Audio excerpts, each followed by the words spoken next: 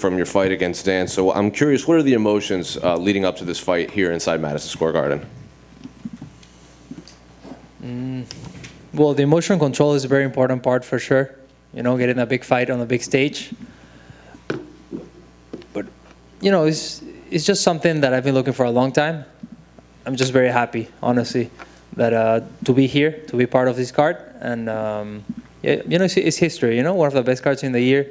That's what I dreamed of when I was a kid, and now it's happening. When you say this is what you have been working for, do you mean fighting in Madison Square Garden, fighting someone like Dan, both of them together at the same time on this card? What exactly do you mean? Yeah, fighting on the big stages, fighting in these kind of cards, and amongst some of the best fighters in the world. That's where I want to put my name in some of the best fighters in the world. And when they offered you Dan as an opponent, were you happy with this matchup when it was presented to you? Yeah, absolutely. I asked for it many times until it happened. Why specifically did you ask for Dan? At the moment, I was looking for someone who was ranked, and one of the only names that didn't have a fight schedule was Dan. So that's the main reason. And obviously you're known for your leg locks, especially in your last few fights. But now I feel like fans, they kind of expect that from you. Like, oh, he's going to start shooting for the legs right away. I'm sure Dan's thinking the same way. So do you have to maybe change up your approach at all to fighting someone like this now that maybe they expect it from you very early? Yeah, that's when you switch it up. Or maybe not. We'll see Saturday night. And then unrelated to this fight, I'm not sure how much of a fan you were of his, but this might be Frank Yeager's last fight in his MMA career. So I'm curious, were you a fan of his? Did you watch him coming up before you made your debut? That's a good question. Yeah, I was a big fan.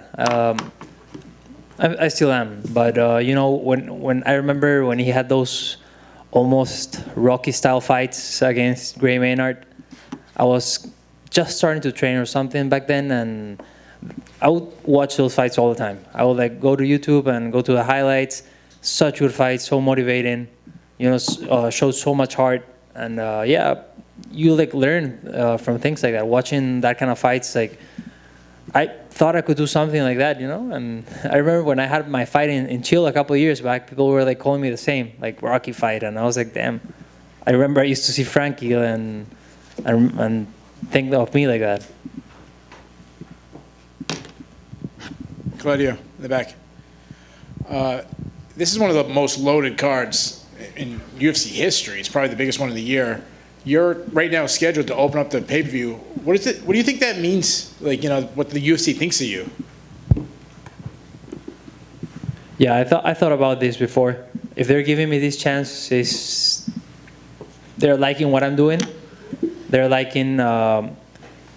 There's not a lot of love for grapplers. It's a lot more of love for like people who like KO people all the time. So getting the attention as a grappler for me is something very special. Trying to put the community out there, and yeah, I think the UFC likes me, likes the work I'm doing. 5th straight victories is like no mistake. So I'll try to make it 6 Saturday night.